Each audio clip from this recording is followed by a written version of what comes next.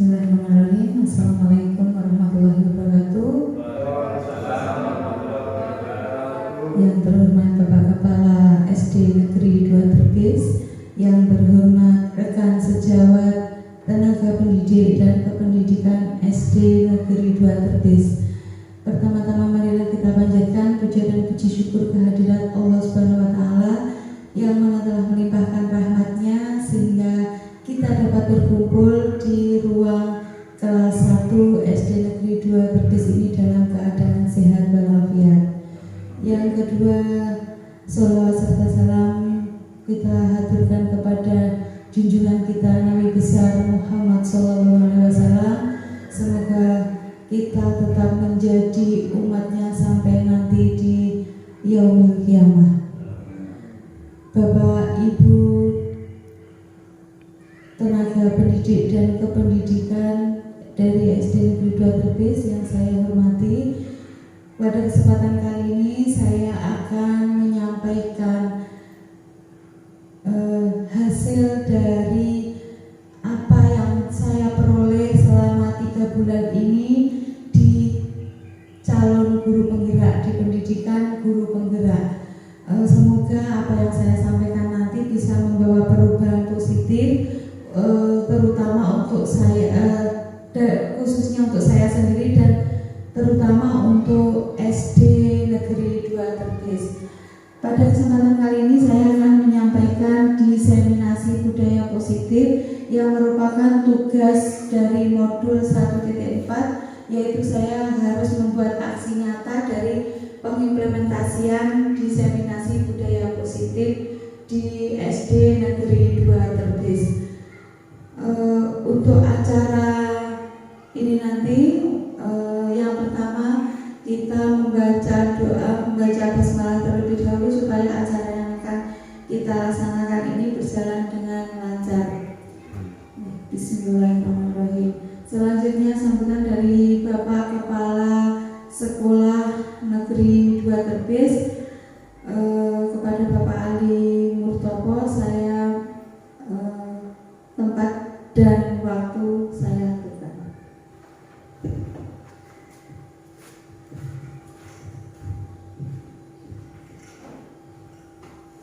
Bismillahirrahmanirrahim. Assalamualaikum warahmatullahi wabarakatuh.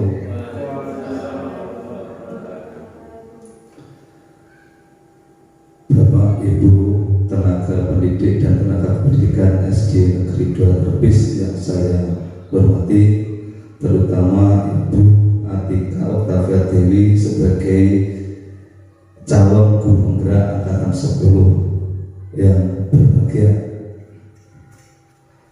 Pertama-tama marilah kita senantiasa menjadikan puji syukur kehadirat Allah Subhanahu wa Ta'ala, karena dengan karunia-Nya sehingga kita pada kesempatan kali ini bisa berkumpul dalam acara diseminasi budaya positif yang akan disampaikan oleh Ibu Atika Oktavia Dewi. Kedua kalinya sholawat salam mudah-mudahan selalu tersanjungkan kepada junjungan kita Nabi Agung Muhammad SAW. Semoga kita senantiasa tetap istiqomah dalam menjalankan ajarannya dengan harapan kita di yaumul kiamah mendapat syafaatnya. Amin. Bapak Ibu yang saya hormati, saya ucapkan terima kasih kepada Bu Atika Oktavia Dewi yang telah melaksanakan atau telah menyelesaikan tugas dari calon guru penggerak angkatan yang ke-10, telah menyelesaikan tugas modul 1.4 yang pada kesempatan kali ini beliaunya akan menyampaikan diseminasi budaya positif yang telah didapatkan ilmunya dari guru penggerak. Semoga Bu Dewi nanti setelah menjadi guru penggerak akan membawa dampak positif bagi lembaga SD Negeri 2 Terbis. Dan saya sebagai kepala sekolah memotivasi semoga dalam menjalankan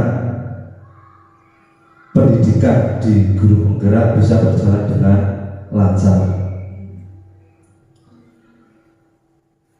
Dan utamanya untuk diseminasi yang disampaikan pada kesempatan kali ini yaitu budaya positif dalam melaksanakan sebagai calon guru penggerak saat ini telah membawa dampak positif terhadap anak-anak didik di SD Negeri 2 Terbis yang dulunya mungkin ada banyak kekurangan-kekurangan. Dalam kesempatan kali ini sampai saat ini mungkin karena berkat dari ilmu yang didapatkan dari Bu Dewi selama menjadi calon guru penggerak yang sudah berlangsung 3 bulan ini telah membawa dampak yang positif di SD kita ini. Saya ucapkan terima kasih. Mungkin dan selanjutnya nanti Bu Dewi akan menyampaikan diseminasi budaya positif terhadap Bapak Ibu sekalian. Mungkin itu yang dapat saya sampaikan. Ada kurang lebihnya mohon maaf. Wabillahi taufiq wal hidayah. Wassalamualaikum warahmatullahi wabarakatuh. Waalaikumsalam warahmatullahi wabarakatuh.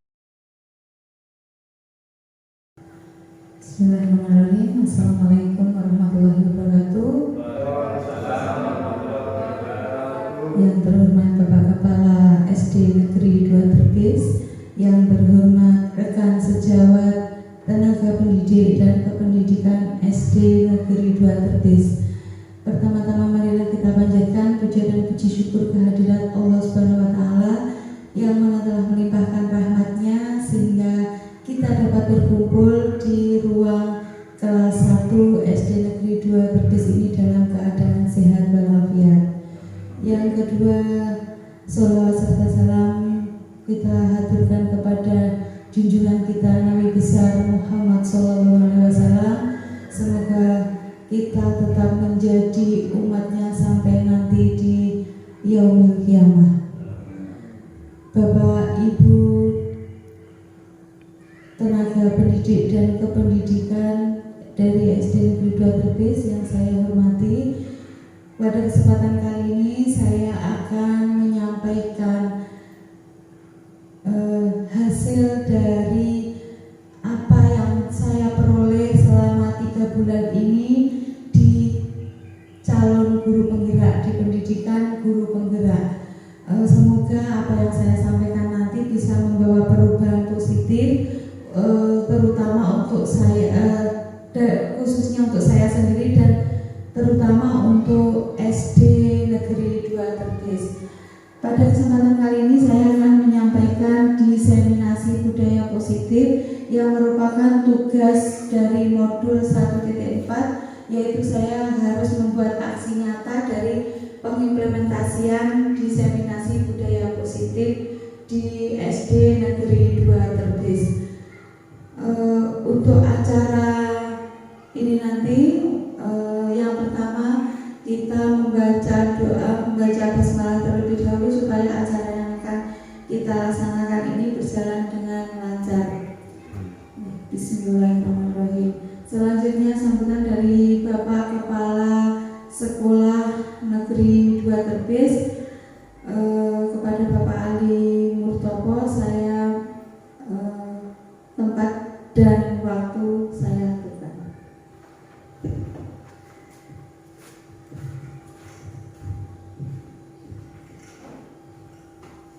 Bismillahirrahmanirrahim. Assalamualaikum warahmatullahi wabarakatuh.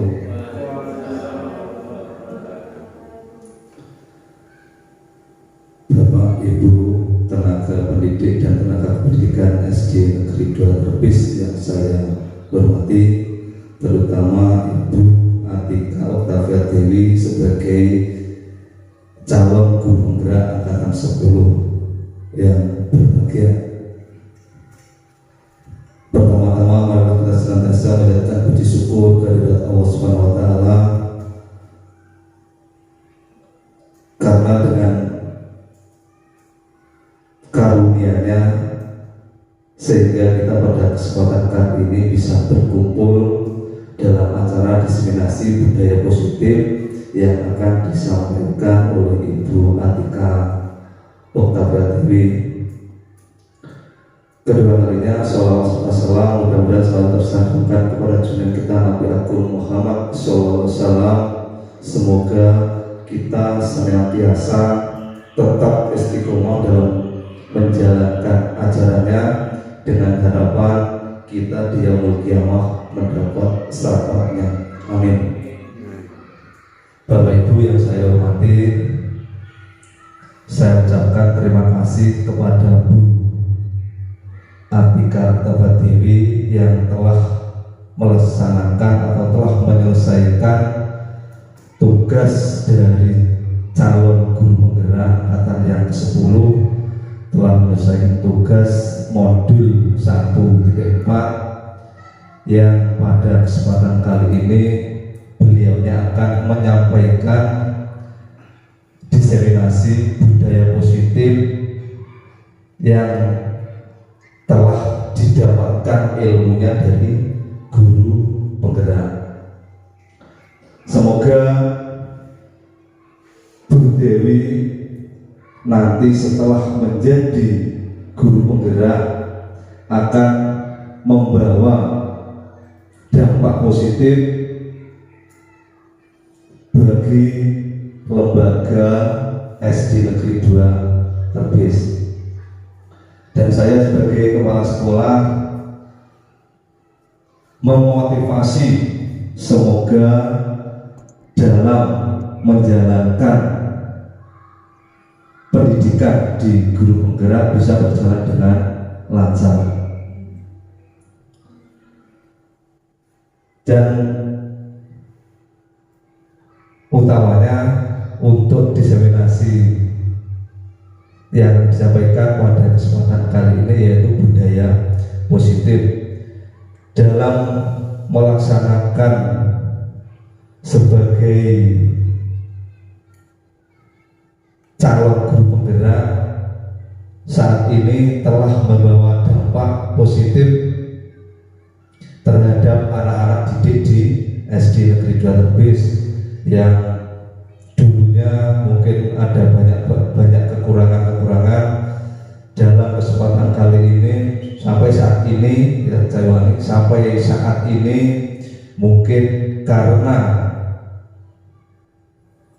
berkat dari ilmu yang didapatkan dari Bu Dewi selama menjadi calon guru penggerak yang sudah berlangsung 3 bulan ini telah membawa dampak yang positif di SD kita ini.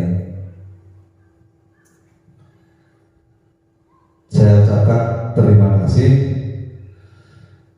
Mungkin dan selanjutnya nanti Bu Dewi akan menyampaikan diseminasi budaya positif terhadap Bapak Ibu sekalian.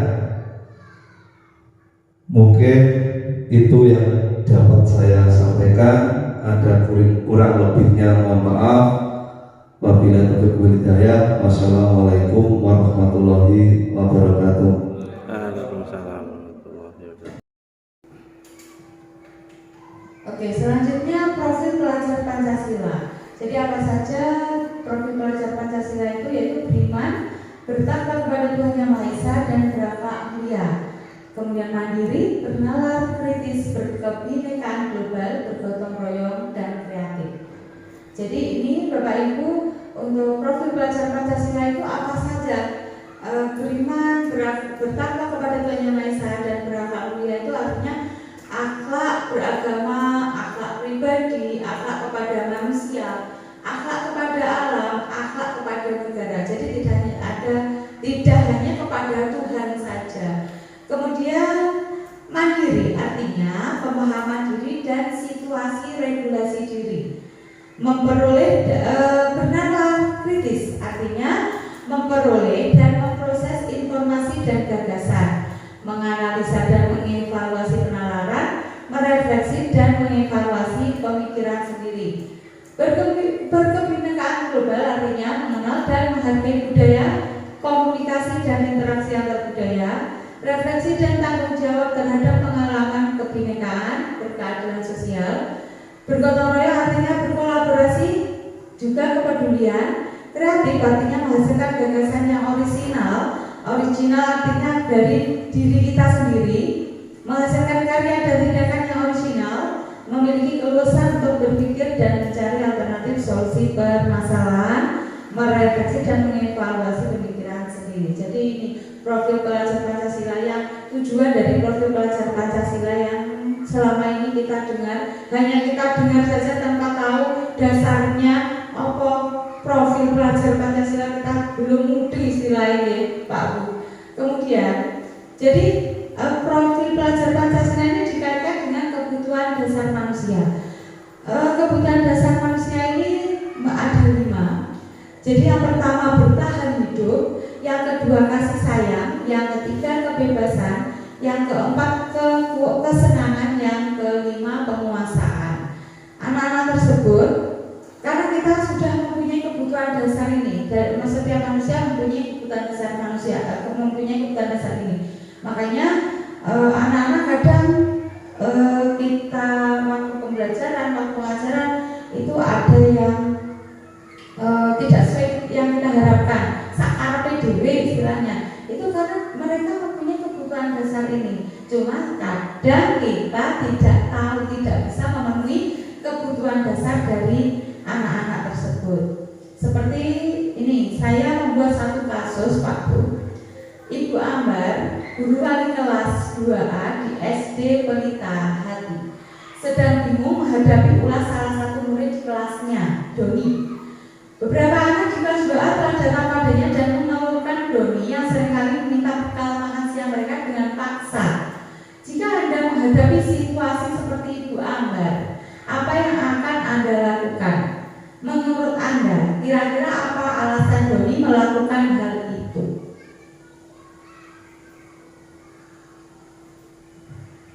Jadi kalau ada kasus seperti ini, apa yang akan Anda lakukan?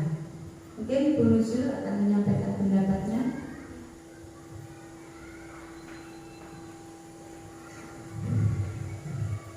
Mungkin yang dilakukan Doni seringkali meminta bekal makan siang dengan paksa pada teman-temannya. Mungkin Doni itu ya memang lapar, temannya bawa makan siang, atau dia itu jahil. Nah, jadi kira-kira apa yang akan Anda lakukan? Ya tentunya yang pertama tanya dulu ke Doni. Kemudian juga bisa bertanya ke orang tuanya seperti apa, seperti itu baru kita melakukan tindak lanjut. Jadi sebenarnya mengapa dia seringkali meminta itu, apa karena lapar atau karena dia jahil, seperti itu Bu. Terima kasih. Ya, saya juga berpendapat sama Bu Nuzul bahwa Doni memaksa itu mungkin terlebih dahulu tanya kepada mungkin keluarga yang setiap hari, setiap jam, setiap saat dia sedang mengamati tingkah laku si anak. Terima kasih. Ya, terima kasih Bu Nuzul dan Pak Bantu atas pendapatnya. Jadi ya, mungkin Doni ini alasannya apa ya? Kira-kira menurut Anda kira-kira apa alasan Doni? Mungkin karena lapar. Nah, kita kembali lagi dari kebutuhan dasar manusia. Jadi mungkin alasan Doni yaitu bertahan hidup. Kalau dia lapar berarti alasannya bertahan hidup ya, karena kebutuhan dasar manusia ini ada ini bertahan hidup. Kemudian dari ini kasih sayang, karena dia memang kebutuhan dasarnya manusia itu punya kebutuhan dasar kasih sayang.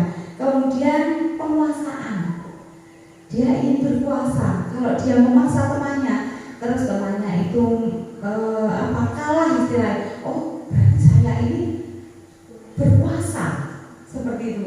Kemudian kesenangan, mungkin memang kalau anaknya jahil, oh dia senang kalau sudah bisa membuat orang lain nangis, ibaratnya. Kadang kan ada orang yang kalau dia sudah membuat orang lain misalkan nangis atau membuat orang lain bagaimana, itu senang. Itu karena memang kebutuhan dasar manusia itu ada kesenangan seperti ini. Cuma kadang caranya saja yang salah. Nah, ini Bapak Ibu, saya akan menjelaskan dari kebutuhan manusia tersebut. Yang pertama yaitu bertahan hidup. Kebutuhan bertahan hidup atau survival adalah kebutuhan yang bersifat fisiologis untuk bertahan hidup, misalnya kesehatan, rumah, dan makanan. Kebutuhan biologis sebagai bagian dari proses reproduksi, termasuk kebutuhan untuk tetap bertahan hidup. Komponen psikologis pada kebutuhan ini meliputi kebutuhan akan perasaan aman. Jadi kalau kita sudah bertahan hidup, otomatis kita merasa aman. Seperti Doni tadi, mungkin karena dia lapar, dia memaksa temannya meminta bekal temannya, berarti dia kalau sudah makan bekal temannya itu dia sudah aman, sudah tidak lapar lagi, berarti saya tetap hidup, seperti itu. Dalam kasus Doni, apabila jawaban Doni ketika ditanya oleh Ibu Ambar adalah karena ia lapar, tadi Ibu Nuzul menyampaikan bahwa mungkin dia lapar. Berarti kalau ditanya oleh Ibu Ambar adalah karena ia lapar dan orang tuanya tidak membawakannya bekal makan siang, maka kebutuhan dasar yang sedang berusaha dipenuhi oleh Doni adalah kebutuhan untuk bertahan hidup atau survival. Kemudian ada kebutuhan dasar yaitu kasih sayang dan rasa diterima atau kebutuhan untuk diterima. Kebutuhan ini dan 3 kebutuhan berikutnya adalah kebutuhan psikologis, Bapak Ibu. Kebutuhan untuk disayangi dan diterima meliputi kebutuhan akan hubungan dan koneksi sosial, kemudian kebutuhan untuk memberi dan menerima kasih sayang, dan kebutuhan untuk merasa menjadi bagian dari suatu kelompok. Kebutuhan ini juga meliputi keinginan untuk tetap terhubung dengan orang lain, seperti teman, keluarga, pasangan hidup, teman kerja, binatang peliharaan, dan kelompok di mana kita tergabung. Anak-anak yang memiliki kebutuhan dasar kasih sayang dan rasa diterima yang tinggi biasanya ingin disukai dan diterima oleh lingkungannya. Mereka juga akrab dengan orang tuanya. Biasanya mereka belajar karena suka pada gurunya. Bagi mereka termasuk gaya sangatlah penting. Mereka juga biasanya suka bekerja dalam kelompok. Nih, seperti kalau kita Bapak Ibu merasa kita bekerja di suatu lembaga, kemudian orang-orangnya itu tidak welcome kepada kita, kan kita merasa tidak nyaman, kita merasa tidak diterima. Oh, lembaga ini, oh kelompok ini, organisasi ini tidak menerima saya sebagai anggotanya. Mereka seperti mungkin menghindar ataupun kadang itu cuma perasaan kita, padahal sebenarnya orang lain tidak merasakan seperti itu. Kemudian di hubungan kerja itu juga kadang kan bagaimana kita mencari bagaimana supaya kita itu dihargai, bagaimana supaya kita itu diterima. Itu kadang melakukan hal-hal yang tidak sewajarnya. Seperti ini tadi, Doni. Dalam kasus Doni, apabila Doni menjawab bahwa alasannya mengambil bekal temannya karena dia merasa senang temannya jadi memperhatikan dia, mungkin dia kan seperti itu, caper. Ketika temannya melaporkan tindakannya itu pada gurunya dan gurunya memberitahu orang tuanya, sehingga orang tuanya kan jadi memperhatikan dia, maka kebutuhan dasar yang sedang dipenuhi Doni adalah kebutuhan akan kasih sayang dan rasa diterima. Mungkin di rumah anak tersebut kurang perhatian, kurang kasih sayang, makanya tidak dibawakan bekal. Terus makanya dia toh ben aku ini yang wong tuaku diperhatikan. Oh, dia berulah seperti itu kan. Kita kan banyak sekali Bapak Ibu ini murid kita berulah, ternyata itu cuma mencari perhatian kita saja. Kemudian kebutuhan dasar manusia yang ketiga yaitu kebebasan atau kebutuhan akan pilihan. Kebutuhan untuk bebas adalah kebutuhan akan kemandirian, otonomi, memiliki pilihan dan mampu mengendalikan arah hidup seseorang. Anak-anak dalam kebutuhan kebebasan yang tinggi menginginkan pilihan. Mereka perlu banyak bergerak, suka mencoba-coba, tidak terlalu terpengaruh orang lain dan senang mencoba hal baru dan menarik. Dalam kasus Doni, apabila jawaban Doni dalam kasus di atas adalah bahwa dia merasa bosan dengan bekal makanan yang dibawakan ibunya dari rumah, karena ibunya selalu membawakan bekal yang sama. Mungkin ibunya tidak telaten, setiap hari cuma dibawakan telur ceplok misalkan. Nah, jadi Doni ini sebenarnya karena kebutuhan dasar manusia itu yaitu kebebasan. Oleh karena itu dia ingin mencoba makanan teman-temannya yang beraneka ragam, maka Doni sedang berusaha memenuhi kebutuhannya akan kebebasan. Kemudian kesenangan, kebutuhan untuk merasa senang, yaitu kebutuhan akan kesenangan ini merupakan kebutuhan untuk mencari kesenangan, bermain dan tertawa. Bayangkan hidup tanpa kenikmatan apapun, betapa menyedihkan. Glaser menghubungkan kebutuhan akan kesenangan dan belajar. Semua hewan dengan tingkat intelijensi tinggi, anjing, lumba-lumba, primata, dan lain-lain bermain. Saat mereka bermain, mereka pelajari keterampilan hidup yang penting. Manusia tidak berbeda. Anak-anak dengan kebutuhan dasar kesenangan yang tinggi biasanya ingin menikmati apa yang dilakukan. Mereka juga bisa berkonsentrasi tinggi saat mengerjakan hal yang disenangi. Mereka suka permainan dan suka mengoleksi barang, suka bergurau, suka melucu dan juga mengemaskan. Bahkan saat mereka bertingkah laku berukun, mereka masih terlihat lucu. Itu kalau anak-anak. Tapi kalau kita melakukan hal yang salah, kan tidak lucu lagi, Pak Bu. Tapi kalau anak-anak mungkin masih kita anggap sebagai hal yang lucu. Jadi dalam kasus Doni tadi adalah apabila jawabannya Doni menjawab bahwa dia melakukan itu karena iseng saja. Tadi Bu Lusul berpendapat bahwa jahil, hanya iseng saja, dan ia menikmati ekspresi wajah teman-temannya yang kesal karena makanannya, dan menurut dia ekspresi teman-temannya itu lucu, maka berarti Doni ini sedang berusaha memenuhi kebutuhannya akan kesenangan. Kadang anak iseng itu lucu, kayak dijarah kok lesu seperti itu. Itu kalau anak-anak, tapi kalau kita ya tidak lucu lagi, Pak Bu. Kemudian penguasaan, yaitu kebutuhan pengakuan atas kemampuan.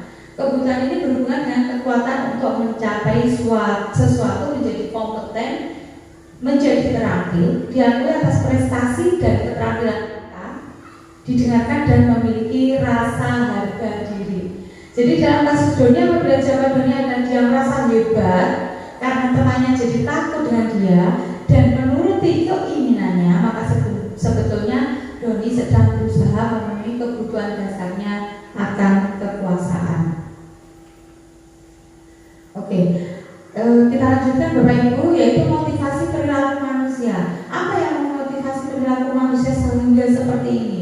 Jadi motivasi itu merupakan dorongan yang dimiliki seseorang individu yang dapat merangsang untuk dapat melakukan tindakan-tindakan atau sesuatu yang menjadi dasar atau alasan seseorang untuk berperilaku atau mencapai tujuannya tertentu. Motivasinya ada 3. Yang pertama, untuk menghindari ketidaknyamanan atau hukuman. Yang kedua, untuk mendapatkan imbalan dari orang lain. Yang ketiga, untuk menghargai diri sendiri. Jadi seperti yang tadi sudah saya sampaikan dari pertanyaan pemantik Bapak Ibu, bahwa anak tersebut jika kita memberikan hukuman itu tidak kok dari kesadaran diri, tapi hanya untuk menghindari ketidaknyamanan atau hukuman, meskipun hukumannya itu hukuman yang positif. Kemudian untuk mendapatkan imbalan dari orang lainnya. Ini yang memotivasi perilaku manusia ini untuk mendapatkan, yang kebanyakan kan ini Pak Bu. Kalau kita melakukan sesuatu yang baik, kita melakukan sesuatu yang menurut kita, oh saya bisa melakukan sesuatu hal yang baik, ini hanya untuk mendapatkan imbalan dari orang lain. Nah, yang ketiga yang sebenarnya kita harapkan bahwa motivasi perilaku manusia ini melakukan hal atau tindakan yang baik atau disiplin positif tadi, yaitu untuk menghargai diri sendiri. Jadi apa yang dimaksud dengan hukuman? Hukuman adalah suatu bentuk konsekuensi negatif yang diberikan sebagai respon atas tindakan yang melanggar aturan, norma, atau hukum. Konsekuensi adalah hasil atau akibat dari suatu tindakan atau keputusan Ini Bapak Ibu, hukuman itu kan tidak hanya hukuman yang negatif, bisa juga hukuman yang positif seperti tadi disuruh membaca, disuruh membersihkan, positif. Membaca anak jadi mengerti mungkin, tapi membacanya itu apa yang dibaca anak tersebut dimasukkan ke dalam otak apa tidak kita kan tidak tahu, hanya karena dia cuma tidak ingin dihukum lagi, dia tidak menghindari ketidaknyamanan. Nah, hukuman ini sifatnya refleks Bapak Ibu, sifatnya cepat, atau seperti kalau kita ada gempa refleks kita lari keluar rumah. Jadi hukuman pun seperti itu. Misalkan kita kan tidak memikirkannya terlebih dahulu. Contohnya kalau anak tersebut ternyata ada anak yang melanggar aturan, kan kita refleks otomatis kita memberikan hukuman seperti itu. Kita tidak memikirkan sebelumnya anak tersebut melakukan tindakan yang melanggar aturan. Kemudian dihukum oleh penghargaan.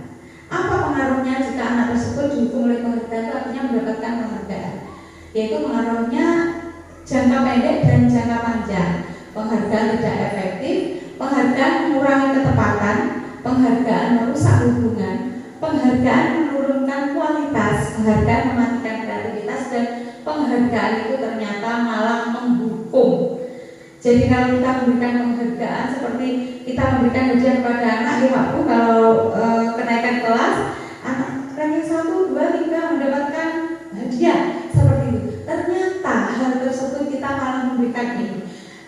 Efeknya seperti ini, efeknya tidak baik Pak Bu. Jadi akan tidak efektif. Kemudian mengurangi ketepatan, merusak hubungan. Artinya merusak hubungan itu hubungan antar sesama.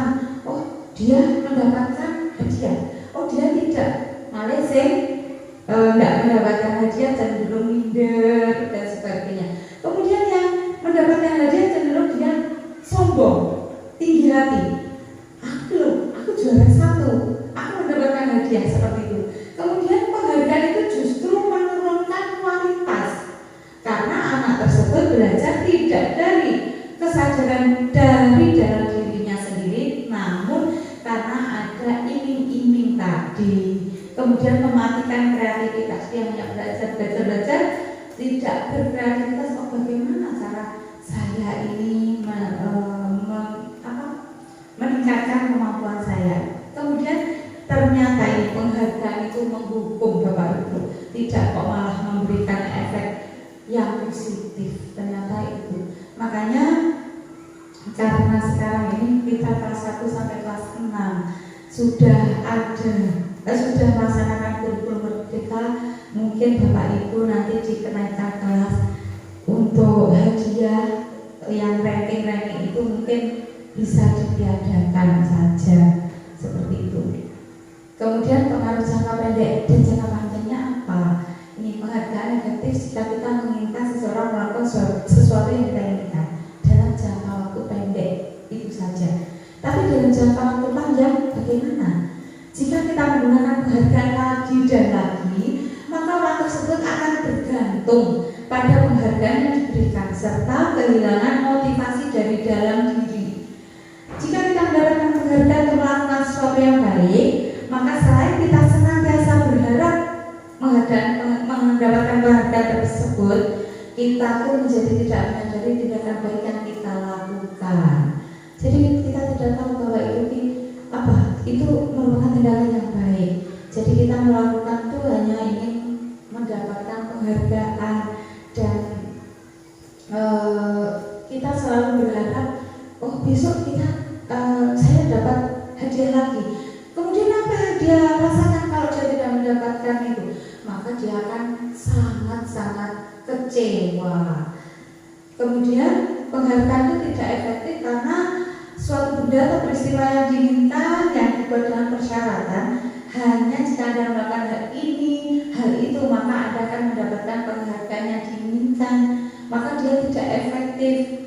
Kalau mengharapkan suatu penghargaan dan tidak mendapatkannya, maka saya akan kecewa dan berkecil hati, serta kemungkinan lain kali saya tidak akan berusaha sekeras sebelumnya.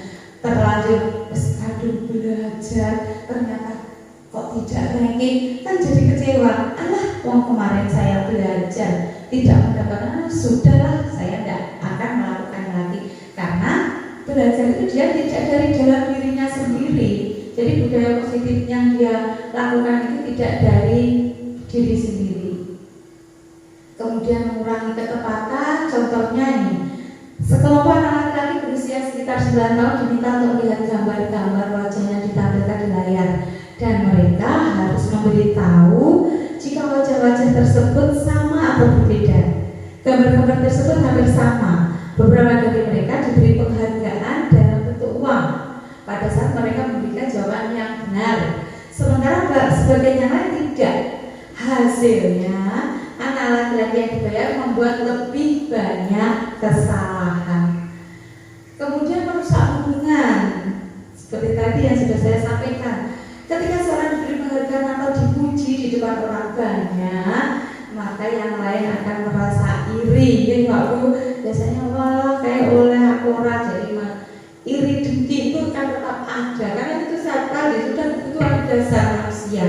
Dan sebagian dari mereka tidak menyukai orang yang diberikan penghargaan tersebut. Makanya kan pasti akan merusak hubungan antara anak satu dengan yang lainnya.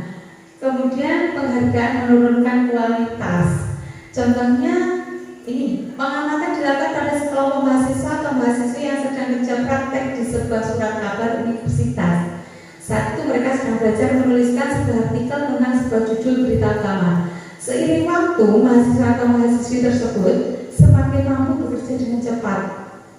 Kemudian ada beberapa mahasiswa atau mahasiswi yang dibayar untuk setiap judul berita utama yang mereka mampu hasilkan. Dan setelah beberapa lama, mahasiswa atau mahasiswi tersebut yang dibayar, ini hasil kinerjanya berhenti berkembang. Mereka yang tidak menerima bayaran kan terus berupaya mengasah dirinya menjadi lebih baik. Sedangkan yang dibayar kan karena sudah dapat bayaran, ya sudah, dia tidak mengembangkan dirinya lagi. Kemudian mematikan kreativitas, dan yang selanjutnya yaitu penghargaan itu menghukum. Ini yang paling sering kita lakukan, Bapak Ibu. Ternyata saya itu baru tahu kalau kita memberikan penghargaan kepada anak itu artinya kita sama saja dengan menghukum mereka. Artinya menghukum mereka kepada anak-anak yang tidak mendapatkan penghargaan. Misalkan dalam sistem ranking, mereka yang mendapat ranking kedua akan merasa paling dihukum. Aduh, nilai ini kaca SIG, terus aku bekerja keras.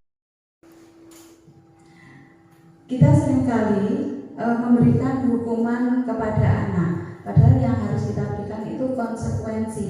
Jadi kita harus tahu perbedaan hukuman dan konsekuensi. Ini nanti kaitannya dengan keyakinan kelas yang akan kita buat. Jadi anak itu mendapatkan konsekuensi dari apa yang sudah dia dapatkan, bukan kita memberikan hukuman. Jadi kita membuat keyakinan kelas terlebih dahulu supaya kita nanti bisa memberikan konsekuensi kepada anak atas apa yang sudah diperbuatnya.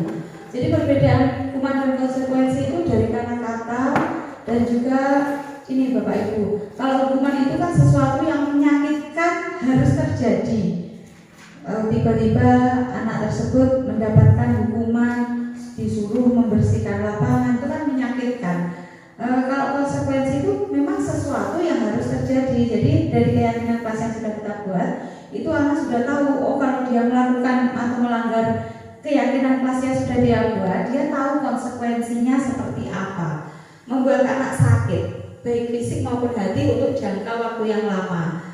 Kalau konsekuensi itu membuat anak merasa tidak nyaman saja dalam jangka waktu yang pendek. Kemudian anak akan membenci kedisiplinan. Kalau konsekuensi anak akan menghargai disiplin. Kemudian kalau hukuman itu bersifat paksaan, sedangkan konsekuensi itu bersifat stimulus atau tanggapan.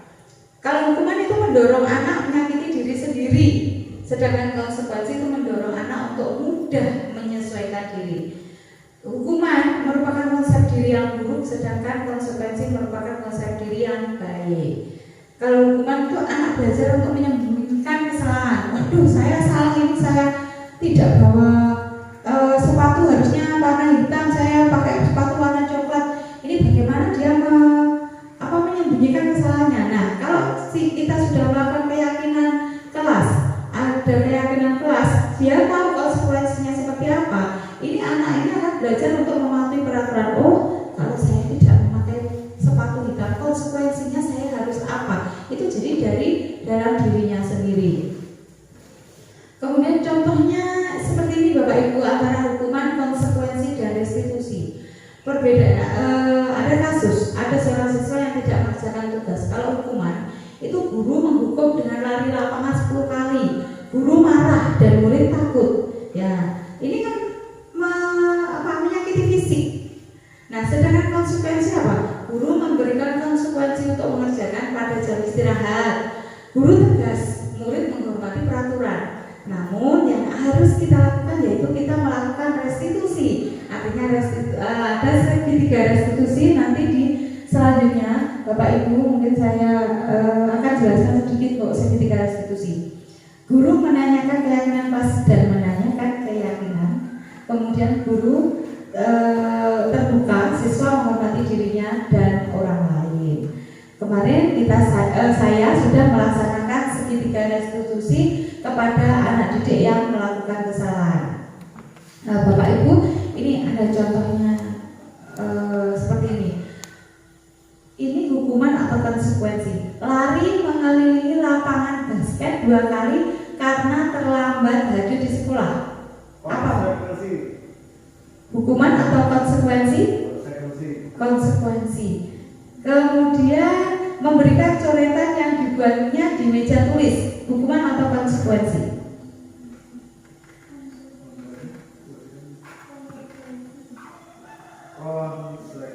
Konsekuensi ya.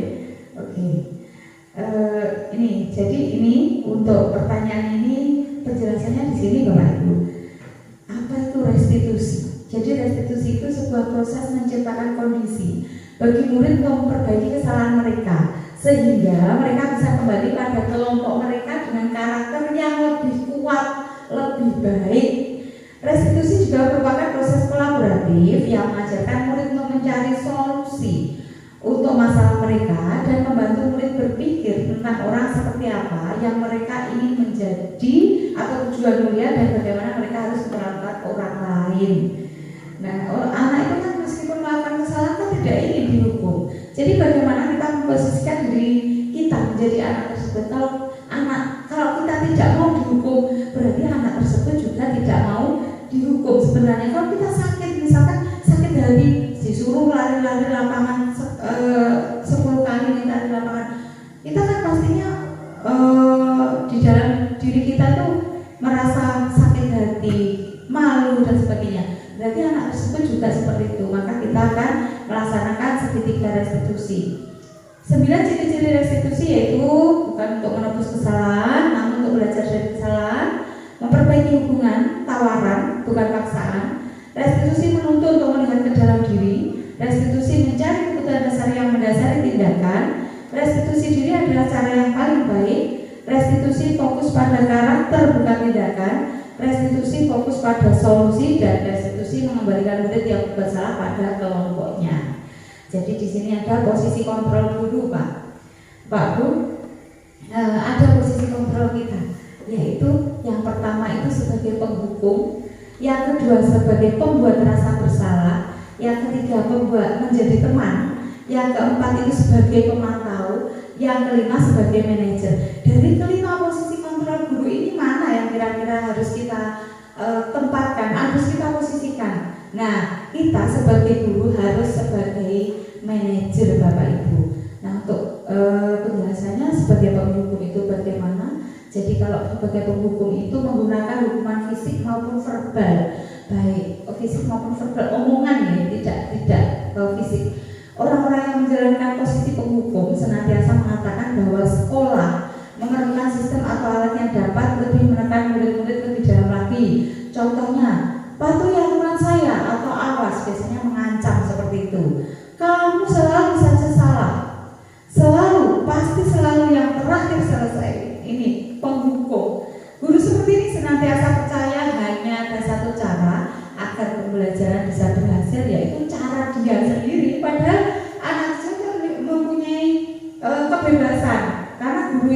tidak boleh menuntut, tapi harus menuntut sesuai dengan filosofi KHD. Kemudian di pembuat rasa bersalah, biasanya guru akan bersuara lebih lembut, namun istilahnya apa ya, rodok ngejrek nih, seperti ibu sangat kecewa sekali dengan kamu. Seolah-olah kita itu, kalau orang sekarang namanya playing victim, sebenarnya dia itu ingin menghukum, tapi merasa dia itu apa ya, anak tersebut melakukan kesalahan terhadap gurunya.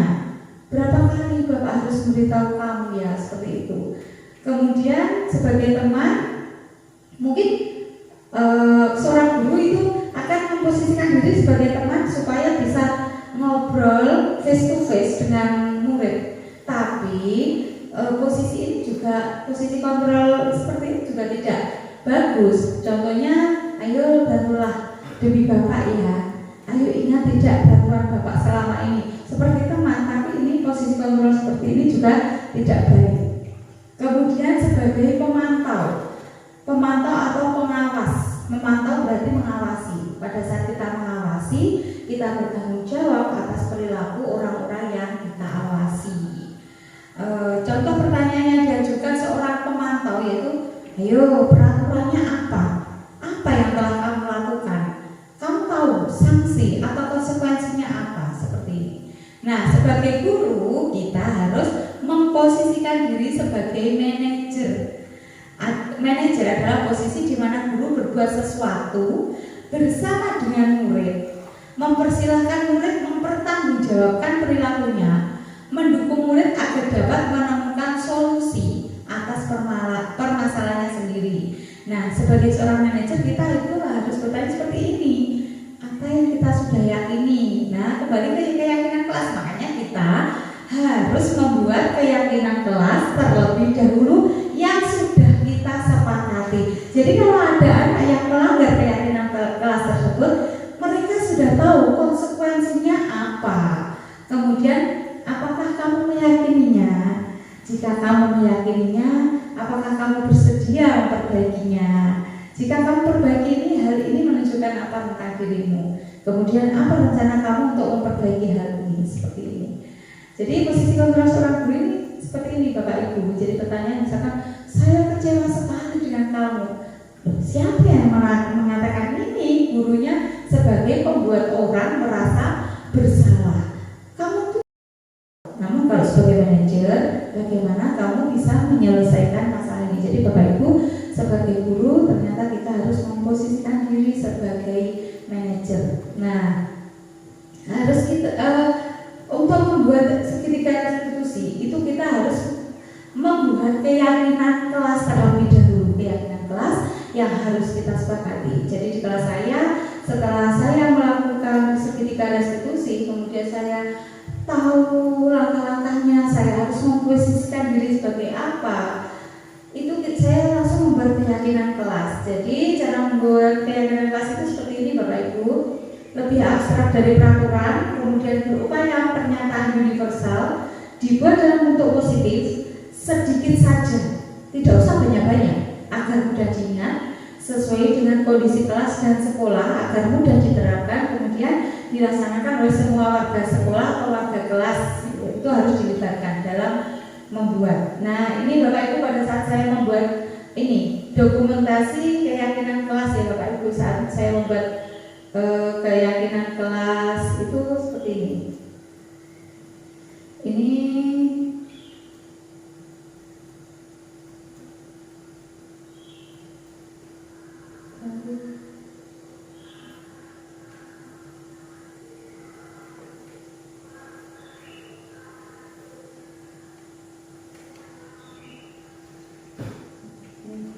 Ini untuk langsung saja ya Bapak Ibu, untuk fotonya membuat keyakinan kelas ini. Jadi ini untuk sticky note ini, anak-anak yang membuat, dia menginginkan kelas itu seperti apa supaya kelas ini nyaman, supaya saat pembelajaran dia itu merasa nyaman, aman, tenang, tentram, bahagia, damai, sentosa, seperti itu.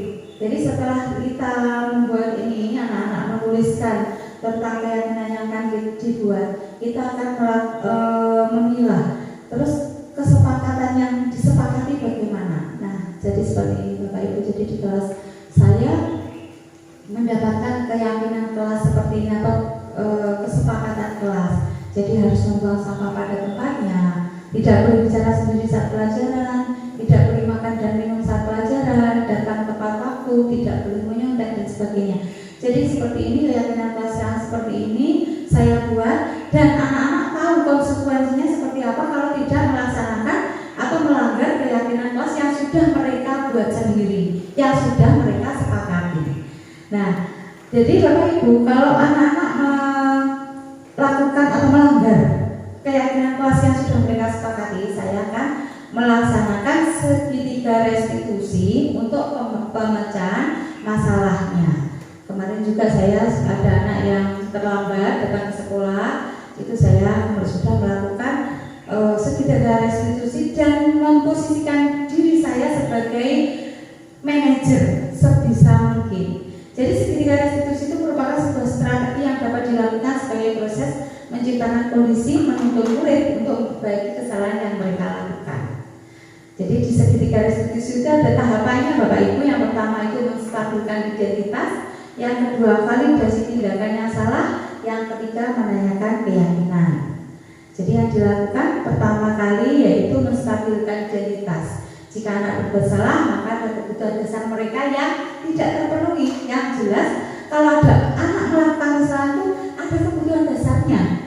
Jadi kita tanya kebutuhan dasar dia apa yang tidak terpenuhi itu, dan kita harus tahu dasarnya apa. Jika anak berbuat salah itu, maka kebutuhan dasar itu jelas tidak terpenuhi. Jadi kita harus menstabilkan identitas mereka. Kita harus tahu emosional mereka, terus permasalahan mereka seperti apa. Kemudian langkah kedua yaitu memvalidasi tindakan yang salah. Memvalidasi tindakan yang salah. Misalkan ada anak yang mencontek, ternyata temannya tidak terima, temannya didorong. Mungkin bisa saja dia melakukan hal-hal yang itu. Kita bisa memvalidasi tindakan yang salah. Kemudian langkah yang tahu, oh konsekuensinya kamu sudah tahu ya. Kalau melanggar keyakinan kelas yang dibuat apa, seperti itu. Jadi ini saat saya melakukan praktek segitiga restitusi. Ini kemarin Felani datang terlambat dan saya berusaha memposisikan diri sebagai posisi kontrol sebagai manajer, dan saya mempraktekkan segitiga restitusi. Demikian Bapak Ibu yang sudah saya sampaikan, semoga bermanfaat, dan terima kasih Bapak Ibu sudah mau memberikan pendapatnya dan sudah berkenan hadir dalam diseminasi budaya positif yang sudah saya sampaikan. Semoga dengan saya melakukan kegiatan ini, melakukan aksi nyata ini, saya menjadi guru yang lebih baik lagi, dan semoga membawa dampak yang lebih baik kepada sekolah kita SD Negeri 2 Terbis. Terima kasih Bapak Ibu. Wassalamualaikum warahmatullahi wabarakatuh.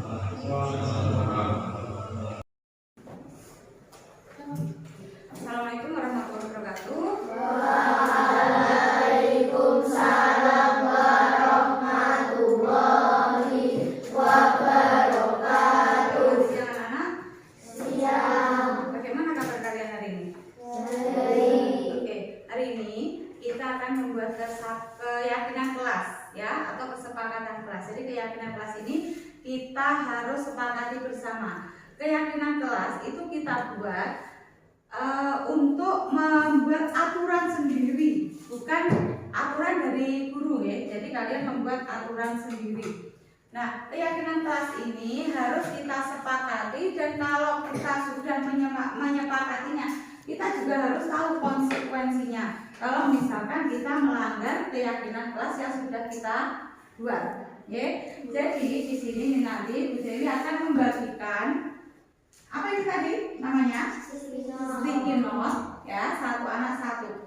Kalian tulis apa yang ingin kalian terapkan di kelas ini supaya kelas kalian ini menjadi kelas yang tertib, aman, nyaman, damai, sentosa, bahagia, ya. Jadi kalian harus menuliskan, oh saya pengen kelas yang bebas dari sampah. Caranya bagaimana? Harus membuang sampah ke tempatnya misalkan, ya. Jadi apa keinginan kalian untuk kebaikan kelas kalian ini? Jadi keyakinan kelas ini juga harus disepakati bersama-sama, ya. Bu Tiri akan membagikan sticky note ini satu anak satu. Nanti kalian tuliskan keinginan kalian, keyakinan kelas yang akan kita sepakati. Paham, ya? Oke.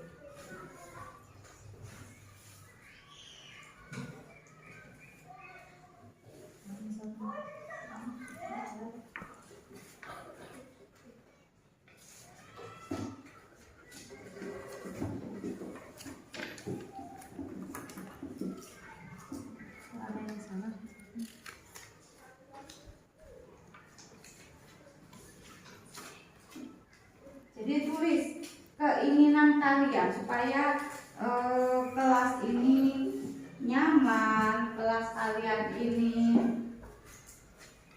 kalian belajar di kelas ini tertib. Itu apa keinginan kalian?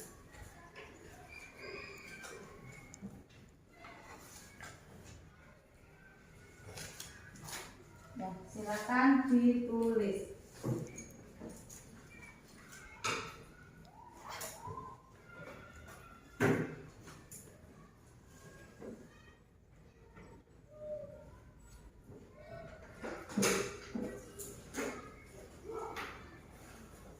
Jadi keyakinan kelas ini kita buat supaya kalian lebih disiplin, ya, mengembangkan disiplin diri dari kalian. Oh, kalau kita sudah sepakat seperti ini, maka ya harus kita laksanakan. Kalau kita melanggar, kalian pasti ada konsekuensinya, oke? Sudah? Oke. Silakan kalian tempelkan sticky note ini di sini, ya. Silakan. Yuk, kalian, yuk.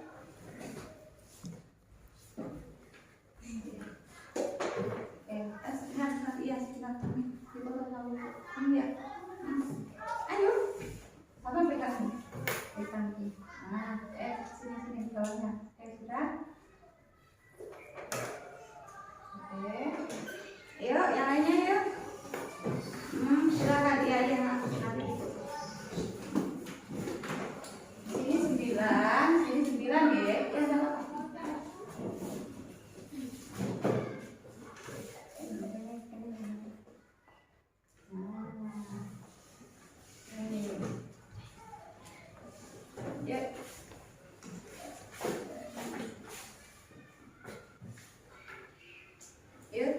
Semuanya ditambahkan, ya.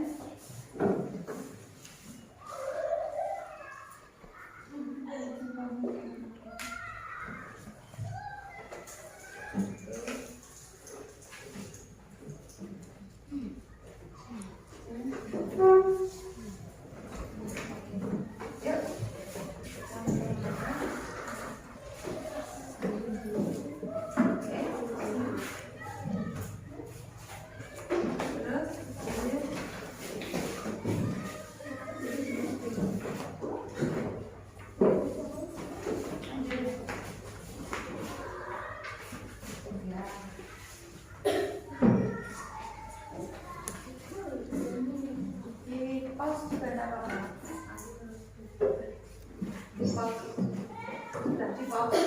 tidak apa-apa.